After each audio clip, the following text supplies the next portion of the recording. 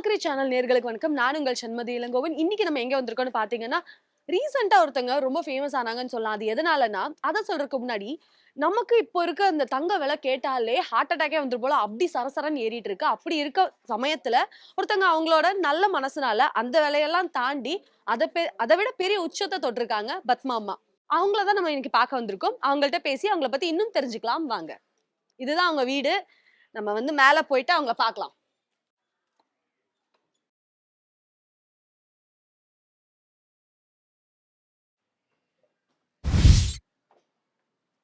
வணக்கம்ண்ணா, எப்படி இருக்கீங்க? நல்லா இருக்கேம்மா, நல்லா அக்கா இருக்கேன். எங்க இருக்காங்க? உள்ள இருக்காங்கம்மா, உள்ள இருக்காங்க.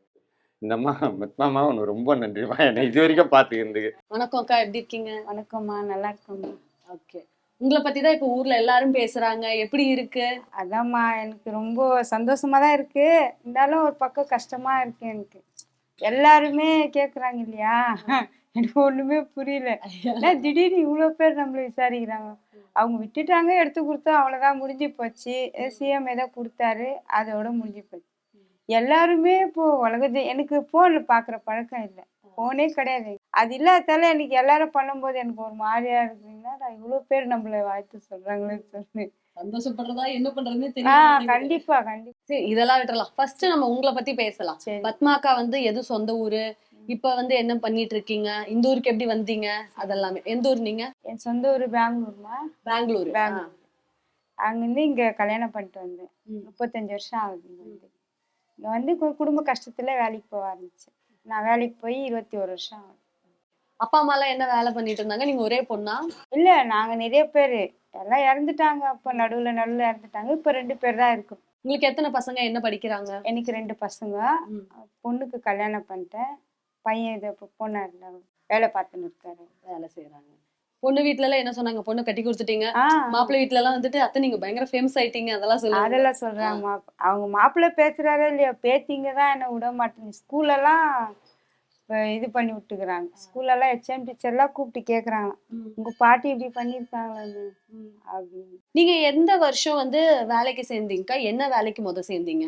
இங்க வந்து கொஞ்ச நாளைக்கு வேலைக்கு எங்கேயும் போல. நான் பசங்க எல்லாம் பெருங்களா இருக்கும், அதுங்க ஒரு 1வது 2வது படிக்கும் போது தான் வேலைக்கு போனேன். இதே வேலைக்கு தான் போனேன். இதே வேலை, துப்புரவு தொழில் தான். ஆமா, ஃபர்ஸ்ட் போனேன். ஃபர்ஸ்ட் போகும்போது 2000 ரூபாய் சம்பளம். அப்போ 2000 ரூபாங்கிறது கொஞ்சம் பெரிய காசு தான் இல்ல, 2000 ரூபாய் பெரிய விஷயம். அதுல இருந்து இப்ப வரைக்கும் இதே வேலைதான் செய்யுங்க. ஆமாம்மா. இதுல எந்த விஷயம் உங்களுக்கு வந்து உண்மையாலுமே வேற வேலைக்கு போயிடலான்னு நினைச்சது உண்டு, ஆனாலும் இதையவே தக்க வச்சுக்கிறதுக்கு இதுலயே நீங்க வேலை செய்யறதுக்கு என்ன காரணம்? இதுல நமக்கு டைமிங் கரெக்டா இருக்கு. பசங்களை பார்க்கலாம். 5 மணிக்கு கிளம்பிடுவேன். 5:30 மணிக்கு ஆஃபீஸ் போயிட்டு கையெழுத்தெல்லாம் போட்டோ பிடிக்கலாம் லேட் ஆகும். 6 மணிக்கு டியூட்டிக்கு ஏரியாவுக்கு போயிடுவேன். போயிட்டு 6 மணிக்கு போனேன்னா 10 மணி வரைக்கும் செஞ்சுட்டு பிரேக் டைம் சாப்பாடு டைம் சாப்பிட்டுட்டு அதுக்கப்புறம் 4 மணி நேரம் 2 மணி வரைக்கும் தானே டியூட்டி. அப்புறம் ஒரு 1:45 1:30 மணிக்கெல்லாம் நாங்கள் செட்டு வந்துடுவோம். மதியானம் வந்தால் வீட்டு வேலை செய்யலாம், பசங்களையும் வந்துடும், அதுக்கும் சமைச்சு போடலாம். அந்த மாதிரி அதனால தான் இந்த வேலை பிடிச்சிருக்கு. வேற வேலைக்கு போனால் ஃபுல் டைம் இருக்கணும், காலையில் போய் நைட்டு வரணும். அதுங்கடியே பசங்க என்ன பண்ண சாப்பாட்டுக்கெல்லாம். அதனால நான் இந்த வேலை கரெக்டாக இருந்தது எனக்கு. அதே அப்படியே மைண்ட் இருந்தது. நீங்க இந்த வந்து ஒரு காசு 2 காசு இல்லை, இப்ப தங்க வைக்கிற வேலை நீங்களும் பாக்குறீங்க டெய்லி. யாரு வாங்குறது அப்படின்னே தெரியல, லட்சத்தை தாண்டி போயிருச்சு. அப்படி இருக்கும்போது 45 பவுன் நகை, அது 45 பவுன்னா தோராயமா 45 லட்சத்துக்கும் மேல, ஒரு 50 லட்சம் கிட்ட இப்ப வந்துருச்சு. அது கண்ணு முன்னாடி கிடைக்குதுன்னா நிறைய பேர் பெரும்பான்மை என்ன பண்ணுவாங்க, அவங்களோட கஷ்ட நஷ்டமோ ஏதோ ஒண்ணு இல்ல பேராசையை கொண்டு கூட அதை எடுத்து வச்சுப்பாங்க. உங்களுக்கே அந்த அந்த எண்ணம் வரலையா, தோணலையா? தோணலாமா, எடுக்கணும்னு தோணலாமா அந்த நகையை. நம்மளுக்கு அடுத்தவங்க பொருள் எதுக்குன்ற மாதிரி தான் இருந்தது. அது எடுத்த உடனே எங்கள் வீட்டுக்காரர்கிட்ட தான் சொன்னேன். அவரும் சொல்லிட்டாரு, வேணாம் நம்மளுக்கு அடுத்தவங்க பொருள் வேணாம்னு சொல்லிட்டு. ஏன்னா ஊரம்பிட்ட பொருள் நமக்கு எதுக்கு, அவர் சொன்ன வார்த்தை, பொருள் வேணாம், அது யார் என்னன்னு பார்த்து கொடுத்துடலாம் அப்படின்ட்டு சூப்பர்வைசரை பார்த்தோம். அவர் எல்லாம் கிளம்பிட்டாங்க. வீட்டு 2:30 மணிக்கு எல்லாம் க்ளோஸ் ஆகிடும் எங்கள் ஆஃபீஸு. அப்புறம் எல்லாரையும் வர வச்சாங்க, வீட்டுக்கு போனவங்களெல்லாம் வர வச்சார் எங்கள் சூப்பர்வைசர். வர வச்சு அப்புறம் போலீஸ் ஸ்டேஷனுக்கு வந்து பேசி அதுக்கப்புறம் பேச்சு அவங்களும் வந்துட்டாங்க. நகையை தொலைச்சு வந்துட்டாங்க. அவங்கள்ட்ட திருப்பி நகை கொடுத்தாச்சு. பரவாயில்ல. அவங்க கையில் ஒப்படைச்சி அங்கே இருக்கிற இன்ஸ்பெக்டர்லாம் பார்த்து சரி பார்த்து, அவங்க கரெக்டாக இருக்காப்பா அவங்க நகைலான்னு பார்த்தாங்க. கரெக்டாக இருக்கு சார்னு அவங்களும் எடுத்துட்டாங்க. அந்த நகையை தொலைச்சவங்க உங்ககிட்ட என்ன சொன்னாங்க? முத அதை பார்த்துட்டு பார்த்துட்டு அவங்க எவ்வளோ கஷ்டப்பட்டாங்க தெரியுமா. எவ்வளோ ஒரு வேதனையோட நம்மளை பார்த்தாங்க தெரியுமா. பை அவர் கையில் இருக்கு, எங்கள் வீட்டுக்காரர் கையில். அவர் பார்த்துட்டு ஒரு அழ வருது அவர் கண்ணில். எங்கள் வீட்டுக்கார்ட்ட தான் சொன்னார் அவர், எங்கள் வாழ்க்கையை நீங்கள் திருப்பி கொடுத்துருக்கீங்க சார். அது அந்த குடும்பத்துல இருக்கவங்களோட எந்த எந்த ஒரு இதுல தொலைச்சிட்டாங்க? அவரு அங்கே அவர் என்னத்துக்கு வந்தாருன்னு தெரில. அவர் ஃப்ரெண்ட்ஸுங்க கூட நின்று பேசிட்டு இருந்தாராம். பேசும்போது பையன் அப்படி வச்சிருக்காரு.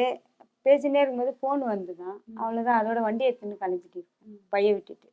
நான் வேலை முடிச்சு என்னுடைய டூல்ஸ் எல்லாம் அங்கே தான் வைப்பேன். போயிட்டு வைக்கும்போது பார்த்தா பை இருக்குது. இப்படி பிரித்து பார்த்தோன்னா அதில் ஐஸ் பாக்ஸ் இருந்தது. சாப்பாடு தான் இருக்குது சொல்லிட்டு எடுத்துகிட்டு வந்துட்டேன். வரும்போது வண்டியில் ஆட்டோவில் வரும், எங்கள் வீட்டுக்கார ஆட்டோ ஓட்டுறாரு. அது சாப்பிட்டு போகலான்னு பிரித்தா எல்லாமே நகையாக இருந்தது. அப்போ தான் திரும்பி வந்துட்டோம். வீட்டுக்கு வரும்போது பார்க்குறச்சு தான் நகை இருந்தது. திரும்பி போயிட்டோம். வீட்டு அம்மா கூட ரொம்ப அழுதாங்க, என் கையை பிடிச்சின்னு என்னை பிடிச்சின்னு அழுதாங்க அவங்க வீட்டு அம்மா. இது வந்து நியூஸ்ல எல்லாம் வந்துருச்சு. சிஎம் சார் எல்லாம் முறையா பார்த்திருப்பீங்க. அதுவும் அவ்வளவு கிட்டக்க. மறுநாளே பார்த்துட்டோம். மறுநாளே கையை பார்த்துட்டீங்க. கொடுத்தோம். ஆமா, அத்திக்கிழமை நெய்யை கொடுத்தோம். திங்கக்கிழமை காலையில அவரை பார்த்தோம். எப்படி சிஎம் சார் உங்களை கூப்பிடுறாங்க, அவங்க கிட்ட பேசணும்னு சொல்றாங்க அப்படின்னு யார் சொன்னாங்க? நானு சிஎம் சார்னா எனக்கு தெரியல யாருன்னு. போன் பண்ணாங்களா? இல்ல, எங்க ஆபீஸ்ல கூட்டின்னு போனாங்க எல்லாரும். நீங்க நம்புனீங்களா முத? நம்பலம்மா, நம்பல. சிஎம் சார்னா நான் நம்பவே இல்லை. யாரு கூப்பிடுறாங்க, சரி போ, நம்ம ஆபீஸ்ல தான் கூட்டின்னு போறாங்களே. எப்படி இருந்தது? என்ன முத பேசுனீங்க? என்ன பேசுறதுன்னு தெரியல எனக்கு. தடுன்னு ஆயிடுச்சு உடம்பு. எப்படி பேசுறது ஒன்றும் புரியல. அவரை பார்க்கும்போது அவர் பேசினாரு, என்னம்மா எப்படி இருக்கீங்க, 2-3 வார்த்தை தான், ரொம்பலாம் பேச. நிக்கிறதே பெரிய விஷயமா. அப்புறம் தான் சொல்றாங்க பசங்க என்ன பண்றாங்கன்னா, இந்த மாதிரி படிக்கிறாங்க ஐயா எங்க பசங்கன்னு. எங்க என்ன படிக்கிறாங்கன்னா, இந்த மாதிரி பிகாம் படிச்சிருக்காங்க. அப்புறம் வந்து கேட்டார், இந்த மாதிரி எல்லாரும் செஞ்சா நல்லா இருக்கும் இந்த வேலையை, பரவாயில்லாமா. ஷால் போட்டாரு. 1 லட்ச ரூபாய் செக்கு கொடுத்தாரு. 1 லட்ச ரூபாய் இந்த மாதிரி கொடுப்பாங்க அந்த மாதிரிலாம் எதிர்பார்த்தீங்க? இல்லம்மா, நிச்சயமா எதிர்பார்க்கலாம். அவர் ஏதோ கூப்பிட்டு ஷால் போடுவாங்க, இதுதானே நடக்குறாங்க ஃபங்க்ஷன்ல பாக்குறோம் இல்லையா, அதான் பார்த்தேன். செக்கு கொடுக்காங்கன்னு நான் எதிர்பார்க்கல. சிஎம் சார்ட்ட பார்த்த உடனே அதுக்கப்புறம் பாத்தீங்கன்னா நீங்க நிறைய இன்டர்வியூஸ் எல்லாம் செல்லானுக்கு போனோம். சலானிங்களா லலிதா ஜுவல்லருங்களா? ரெண்டுத்துக்குமே போனோம். சலானியும் போனீங்க, லலிதா ஜுவல்லர்ஸும் போனீங்க. சிஎம் சாரை பார்த்துட்டு நேரா செல்லானிக்கு தான் வந்தோம். சலானி அங்க அந்த ஓனர். ஆமா, ஓனர் எல்லாம் ஏற்பாடு பண்ணி ரெடியா இருக்காரு. அங்கதானே வேலை செய்யறோம். ஓ அப்படிங்களா? டி நகர்ல தானே அந்த ஏரியா சலானி இல்ல. ஆமா, அந்த ஓனர் வந்து கூப்பிட்டு வச்சு என்ன சொன்னாருங்க? வச்சுதான் இந்த மாதிரி எல்லாரும் எங்க ஏரியால நீங்க இருக்கிறது பெரிய விஷயம், நல்லது. எங்களுக்கு பொங்கல் கிஃப்ட் கொடுத்தாரு. பொங்கல் கிஃப்ட் என்ன கொடுத்தாருங்க? அதான் பொங்கல் சைடு சாமான், சாப்பிட்ற ஸ்நாக்ஸ் எல்லாமே கொடுத்தாரு. 10,000 ரூபாய் பணம் கொடுத்தாரு. நீங்க இத்தனை இன்டர்வியூ இதெல்லாமே கொடுத்துருக்கீங்க. அதுல பாத்தீங்கன்னா நிறைய பேர் உங்களுக்காக ஆதரவா பேசியிருக்காங்க, உங்களை பாராட்டி பேசியிருக்காங்க. நீங்க பேசும்போது இத்தனை நேரம் பேசும்போது தொடர்ச்சியா வந்து உங்க வீட்டுக்காரரை பத்தியே பேசிட்டு இருந்தீங்க. அவருக்கும் தெரியும், அவரு சொன்னாரு அப்படின்னு சொல்லிட்டு. நீங்க லவ் மேரேஜா அரேஞ்ச் மேரேஜாக்கா? அரேஞ்ச் மேரேஜ் தான். அரேஞ்ச் மேரேஜ் தான். சொந்தக்காரர் தானே, எங்க அத்தை பிள்ளை அவரு, நான் மாமா. ஓ அப்படிங்களா? இப்போ கஷ்ட காலையில எங்க அத்தையும் எங்க அப்பாவும் பேசி, சரி வெளியே எங்க போறது, நம்ம இருக்கிற கஷ்டத்துக்கு நம்ம சொந்தத்திலேயே முடிச்சிடலாம். 2 பேருமே ஆனா பெங்களூர் தான். இல்ல, அவங்க இந்த ஊரு சென்னை தான். சென்னை. அவர் என்ன வேலை செய்யறாருங்க? அவர் ஃபர்ஸ்ட் டைலரா இருந்தாரு. டைலர் வேலை ரொம்ப எங்கேயும் கிடைக்கல. அப்புறம் ஆட்டோ ஓட்ட ஆரம்பிச்சாரு. அப்புறமா இன்னொரு வேலை பாரத சாரதி கோயில்ல சாமி தூக்குவாரு. அது எல்லாம் கொஞ்சம் வருமானம். அவ்வளவுதான் அவர் வேலை. கிடைச்சாதான் உண்டு, இல்லைன்னா இல்லை. இவரு தான் அது அருண் கூப்பிட்டு பேசலாங்களா? பேசலாம். வணக்கம். வணக்கம். வணக்கம், சொல்லுங்கம்மா. உங்க பேருனா? என் பேர் சுப்பிரமணியன். இப்படி ஒரு நாள் திடீர்னு வேலைக்கு போகும்போது இப்படி யாரோட நகை 45 பவுனுங்கிறது இன்னைக்கு மதிப்புக்கு 45-50 லட்சங்க. எப்பவுமே இந்த கதைகள்ல சொல்ற மாதிரி புதையெல்லாம் வந்து கண்ணு முன்னாடி அப்படி நிக்காது. இந்த மாதிரி ஏதோ ஒரு வகையில கிடைக்கும்னு சொல்லலாம். அதையே உங்களுதாக்கிக்க நீங்க நினைக்கவே இல்லை? அது எப்படிங்க தொலைச்சது வந்து யார் வீட்டு பொருளை பாவம் அவர் எவ்வளோ கஷ்டப்படுவார், அதை பார்க்கணும்ல. நாங்களாம் வந்து நான் ஆட்டோ ஓட்டுறேன், ஒரு நாள் ஃபுல்லாக ஓட்டினாலும் ஒரு 500 ரூபா 300 ரூபா சம்பாதிச்சே பெரிய கஷ்டமா இருக்கு இப்போ இருக்கிற காலகட்டத்தில். அவ்வளோ பணத்துக்கே நம்ம அவ்வளோ கஷ்டப்படும் போது இது பார்த்தா நிறைய நகை இருந்தது. என்னடா அது இவ்வளோ நகையெல்லாம் தொலைச்சவங்க எப்படி என்ன பாடுபடுவாங்க, என்ன இதுக்கோசம் வச்சுருந்தாங்க, அதெல்லாம் நம்ம யோசிக்கணும்ல. மற்றவங்க பொருள் அது நம்ம முதல்ல அவங்களுடைய கஷ்டம் தான் நமக்கு தெரியணும். யார் கிடைச்சாலும் அதான் நினைக்கணும். நாங்களும் அதான் நினச்சோம். அது நல்லபடியாக அது ஏதோ கடவுள் புண்ணியத்தில் கரெக்டான ஆள் கையில் போய் சேர்ந்துருச்சு.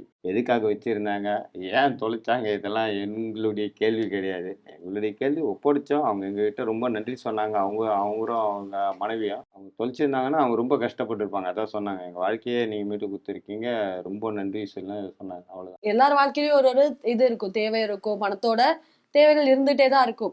அப்படி இருக்கும்போது அது உங்ககிட்ட இருந்திருந்தா அது உங்களுக்கு எவ்வளவு பெரிய விஷயம். அவ்வளோ பொருள் எங்ககிட்ட இருக்க வேண்டிய அவசியம் முதல்ல கிடையாது, இருக்காது முதல்ல. அதுக்கு அந்த அளவுக்கு நாங்கள் எங்களுடைய வாழ்வாதாரம் இல்லை. நாங்கள் வந்து ஒரு குறிப்பிட்ட இதுலேயே வாழ்ந்துட்டோம். அது எங்களுக்கு சந்தோஷமா இருக்கு. ஒரு வேளை சாப்பாடு இல்லை, 2 வேளை சாப்பாடு அப்படி இப்படி போகும். இப்போ கடவுள் புண்ணியத்தில் என் பையன் வேலை செய்கிறாரு, ஏதோ தனியார் கம்பெனியில் வேலை செய்கிறாரு. அப்படி இப்படி இந்த மாதிரி வேலை செய்கிறாங்க.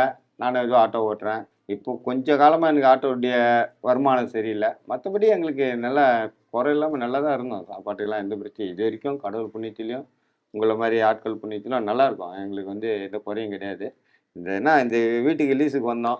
அது ஒரு 8 லட்ச ரூபா அப்படி இப்படி போட்டு கட்டி கிட்டி ஏதோ கொடுத்துருக்கோம். அதுதான் கொஞ்சம் கொஞ்சமாக ரெடி பண்ணுவோம். அது பண்ணிவிடுவோம். அது ஒன்றும் பிரச்சனை இல்லை. உழைக்கணும். உழைச்சி சம்பாதிச்சு என்ன பண்ணாதான் உண்டு. இந்த மாதிரி நகைக்கெல்லாம் ஆசைப்பட்டாக்கா ஒன்றும் பிரயோஜனம் கிடையாது. வாழ்க்கையில் முன்னேறவும் முடியாது, நல்லா இருக்கவும் முடியாது. நம்மக்கிட்ட என்ன இருக்கோ அதை பொறுத்துட்டு போயிட்டே இருக்க வேண்டியதுதான். உங்களுக்கு வந்து சிஎம் சார் வந்து கூப்பிட்டாக்கா கூப்பிட்டு பாராட்டி இருக்கிறாங்க. அது போக வந்து நகைக்கடைக்காரங்க எல்லாம் கூப்பிட்டு பாராட்டி இருக்கிறாங்க.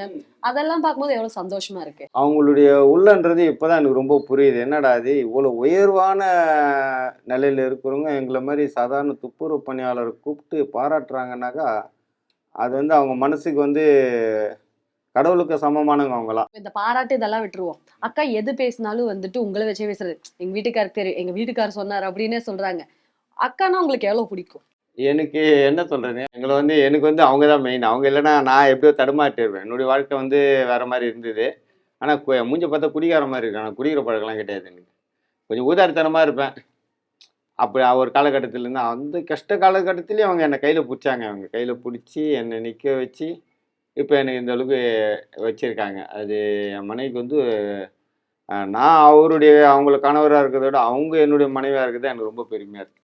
அந்த கால கஷ்டத்தை கஷ்டமான கால கஷ்டம். ₹1 ₹2 கஷ்டப்படுறோம். 50 காசு அப்போல்லாம் 25 காசு 10 காசெல்லாம் வேல்யூ இருந்துச்சு. இவங்களாம் கல்யாணம் பண்ணிட்டு வரும்போது அந்த காசுக்கெல்லாம் நான் ரொம்ப கஷ்டப்பட்டேன். நான் அதெல்லாம் வந்து அந்த காலகட்டத்தில் வந்து ஒரு கட்டு வத்தி செய்வோம். வத்தி செஞ்சாக்கா அதில் வந்து நான் ஒரு 1000 வத்தி இருக்குமாம்மா ஒரு கட்டுக்கு. 1000 வத்தி செஞ்சாக்கா ₹3 கிடைக்கும் எங்களுக்கு. அந்த மாதிரி வந்து 10,000 வத்தி செஞ்சால் ₹30 கிடைக்கும் எங்களுக்கு. பெரிய விஷயம் அது. அதை வச்சு ஒரு வேளை 2 கஞ்சி வயிற்று குறை இல்லாமல் சாப்பிட்டோம். அதெல்லாம் ஒன்றும் இது கிடையாது. கஷ்டப்பட்டாங்க இந்த அம்மா வந்து என்னை வச்சுன்னு ரொம்ப கஷ்டப்பட்டாங்க. அதான் உண்மைதான். அதான் உண்மை. அதெல்லாம் பறையக்கூடாது இல்லையா. அவங்களே ஆமாங்கிறாங்க. ஆமாம்மா.